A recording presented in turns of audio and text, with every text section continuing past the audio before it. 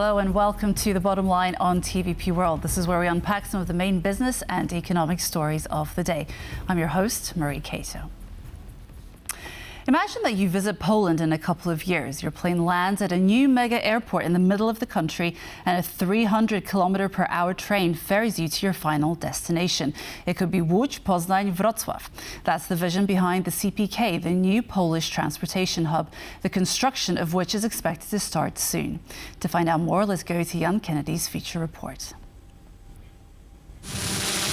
In the early 2030s, the peaceful village of Baranów will transform into the largest transit hub in Central and Eastern Europe. Known in Poland as the CPK, it will be located between Warsaw and Łódź and will consist of a mega airport alongside a high-speed rail network. Following a successful round of voluntary buyouts for the land where the airport will be built, a similar program was launched last week, this time for rail infrastructure. Many properties have already been submitted for this program, and after some modifications, the decision has been made to extend it, this time to secure plots for the first segment of Poland's high-speed rail network. The terms are certainly attractive. The government has prioritized the so-called Y line, which is expected to reduce travel time between Warsaw and Łódź by a third and cut the journey between the capital and major cities like Poznań and Wrocław to just 100 minutes. The first section of the high-speed rail is set to become operational in 2032, facilitating travel at speeds exceeding 300 kilometers per hour, an upgrade from the 250 kilometers per hour planned by the project's predecessors. The overall investment, covering both airport and rail, has also been slightly scaled down, with an estimated cost of around 32 billion euros by 2032. We now have a more realistic schedule and a project more aligned with actual needs. As a result, cost optimization. I also believe that an important decision was made regarding the commercial speed for most of these high-speed lines, which will be around 320 kilometers per hour. The construction of the new airport comes at a time of increasing air passenger traffic and mounting capacity constraints at Warsaw's main airport. Warsaw Chopin Airport is currently undergoing expansion, aiming to increase its capacity to over 30 million passengers per year by 2029. However, at the current pace of growth, this figure could quickly be surpassed. 3 years later, however, the growing demand will be supplemented by the launch of the CPK. A large portion, if not the entire traffic at Chopin Airport will be relocated. For this project to be economically viable, most airlines should transition to the new location in Baranów. The new hub will have an initial capacity of 34 million passengers, with easy potential for expansion to 38 million and eventually up to 60 million per year. Growing passenger volumes have prompted other countries in the region, including Hungary, to boost their own airport capacity by adding a third terminal to Budapest's Liszt Airport, and Austria, where Vienna's Airport Terminal 3 is being expanded. According to experts, however, this won't be a threat to the hub in Poland's Baranów. All these projects, including Budapest, will have passenger handling capacities smaller than even Warsaw's expanded Chopin Airport. So, this is no competition at all. It is simply the development of a country's aviation infrastructure. Air traffic is growing in Europe. It is growing in Poland. All in all, forecasts say that in just 15 years, Polish airports may process more than twice as many passengers as they had in 2024. So as we can see, the CPK endeavour is not only a new landing strip and a new terminal, but also a broader concept on how to fit this new enterprise into the existing transportation network in Poland. However, as with all these grand projects, there are numerous pitfalls to evade, and who better to discuss this with than the CPK's CEO himself, Dr. Filip Czernicki. Hello, and thank you for joining us in the studio. Hello, good afternoon. So the CPK is heading in the right direction. We have 2032 as the deadline that we're all looking forward to, and the project is definitely gaining momentum. But I wanted to ask you, what are you going to deliver in 2025? Hello, everyone. And 2025 is definitely a breakthrough in this project, because we are, first of all, receiving all the designing materials. So both the Norman Foster Architect Studio and also the Master Civil Architect are delivering the final sketches for the design.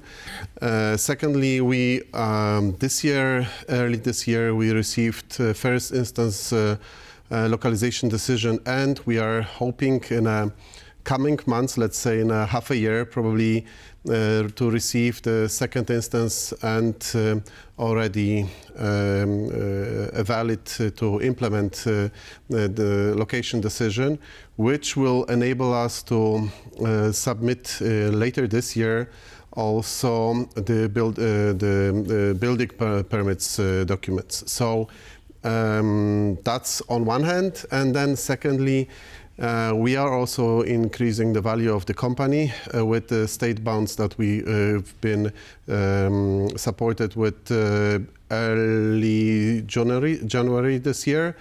And so later this year, we will also sign the final contract with PPL, the Polish airports company that is that has been chosen as our strategic partner in this project. So in total, probably by the end of the year, we will be also aiming for contract with financial institutions that will finance the debt. Mm-hmm. But Polish media have been reporting that local residents and authorities are actually appealing the zoning permits that CPK has secured. So until these cases are cleared, construction cannot start. So is this going to influence the 2032 deadline? No, this has been, of course, taken into account into our long-term schedule for the whole construction. So definitely we've been calculating that this this process of gaining final location decision will take at least half a year. Mm-hmm. So far as I know, there has been something like over 30 appeals to that location decision submitted. Which hopefully, I mean, it's not a mass, it's not a big number. It is, of course, to be considered, and in the coming months that will be reviewed, and hopefully the voivoda, so the head of the country district, will issue the final location decision in, let's say, half a year or so. Okay, so you aren't surprised this doesn't get in the way of your schedule? Not. That's the process. That's the process, that the administrative procedure. So it's. The government wants to move all commercial passenger air travel from Okęcie to the CPK once it's open and ready. And some people are not at all in favor of this decision. Some people actually consider it to be a mistake. What is your opinion on the matter? First of all, we have to say that has been already presented in this short material before we started the conversation. So, first of all, Chopin Airport at its present location has its constraints, and of course, it can't be developed in infrastructure because of the neighborhood, because of the settlements around, and just because of that reason, we cannot exceed and we cannot expand the number of passengers that can be served there. So far as we have already discussed it with our colleagues in probably the maximum of passengers that they can serve will be around 30 million. So, and that would be then again the roof. I mean, that would be the maximum capacity that they could serve. And for that reason, it's not possible to keep just this movement at this constraints. So the major reason for having a new airport is exactly the one. I mean, so we need to book some space and see the future in a longer perspective than just a couple of years ahead. And so the new location for a central hub airport for Poland gives that perspectives actually without any boundaries in time. And for that reason, it was also maybe one more important factor. New airport with serving around 30 million passengers will be profitable already in the first year of its operational. So, in fact, without growing expanding the present infrastructure at Chopin Airport, we wouldn't be able to make the new project profitable. And on the other hand, two similar infrastructures can't operate at the same market. They would be competing with each other. Mm-hmm. So all civil traffic, all business passengers will be transferred to this new location between Warsaw and Łódź. You say that the airport, the new airport, will be profitable in its first year, and that takes me to my next question, because obviously the hub is one of the greatest investments in decades that is happening in Poland. And I wanted to ask you, how fast can the airport actually recover its costs and actually, will it ever pay for itself? But I think you've already answered that question. Almost. Mm-hmm. I mean, we are... for the airport, we will also take we'll take some debt. So the airport will be financed from state bonds and our key investor, which is the Polish Airports that runs the Chopin Airport now. So, but 60% will be still in debt. So we will have to pay back those debts, and this is. Of course, spread over more than a decade. But what is important is that exactly from the very first day, we'll be able to pay the debt and make a profit on that business. So the airport needs to be profitable all big airports are very profitable businesses. Mm-hmm. My understanding is that Polish airlines are supposed to take care of that business side of things. Partially. Mm-hmm. Polish airports, the Polish airlines, you asked. So LOT Polish Airlines now serves around half of the passengers at the present location, and we hope that LOT will be developing also alongside with the traffic growth. So at the new location, LOT will not be the only air carrier to serve those passengers, but definitely should be one of the major ones. Also dedicating number of its services to transfer passengers, for which hub airport is built. Mm-hmm. As we've heard in the feature, CPK is not the only airport that is developing in the region. We've heard that Budapest is also planning an expansion, a mega airport of its own, and Vienna is already expanding. Do you sense that this is some kind of competition to CPK, or are you not concerned at all? I'm not that concerned. Of course, we have to take into account our competitors, and it's obvious that the nearest airports are considered as our competitors. Budapest is expanding, but we have to bear in mind that there is a big difference between the Polish market and the Hungarian market, because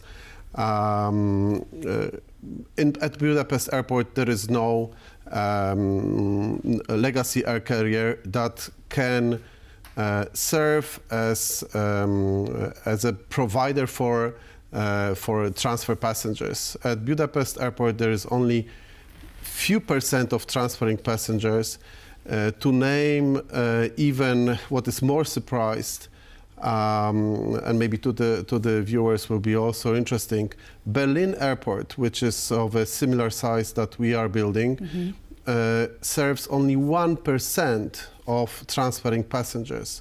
It's because there is no legacy carrier that would do the transferring mechanism, that would serve as a carrier that serves as a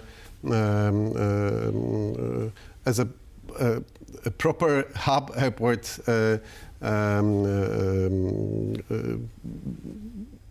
airline providing those transferring opportunities. Sure.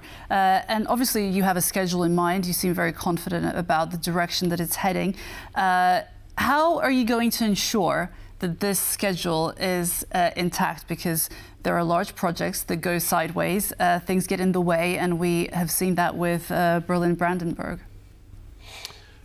First of all, we are learning from those mistakes that has been done in a number of cases. I mean, it's not only about Berlin-Brandenburg that, as we know, was facing number of difficulties and challenges in time.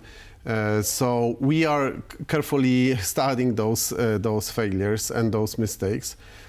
Secondly, of course, we are also having a very well educated and well prepared staff that is overviewing the whole process, plus number of advisors that are helping us also in managing this whole process. So in fact, I hope we are doing as the best we can to avoid any mistakes in time. You cannot foresee everything, but at the same time we are trying to be prepared for any scenario. That for the time being everything is moving smoothly forward. So I don't expect any delays. Just as we wrap up, I wanted to ask you about so-called local content. So with everything that is going to be built, and there's going to be a lot of it, how much of it will actually be manufactured in Poland? I have to say that the design itself is already, and that was quite interesting also information for me, that the designing bureau of Sir Norman Foster took into account very much our character and also kind of local attitude towards the design. So there is a lot of wood, there is a lot of wooden elements, and also it's pretty light, so it should somehow refer to the surrounding landscape. Speaking of course, companies and everyone who is involved who will be involved in the building process, we hope that, I mean, that's going to be also tenders, but we hope that there will be plenty of invention and possibilities of also smaller companies to be involved in the whole building process. So I'm pretty convinced that this will keep our also like understanding and good reflection of how is Poland and how we perceive, would like to be perceived as Poles. Okay, Filip Czernicki, CEO of CPK Poland, thank you so much for joining us today. Thank you very much. And that concludes The Bottom Line for today. I was your host, Marie Cato. Join us every weekday afternoon at 5:10 CT on TVP World. And for the latest in regional business, follow us on X and on tvpworld.com. And for more news and analysis, stay with us on TVP World. Goodbye.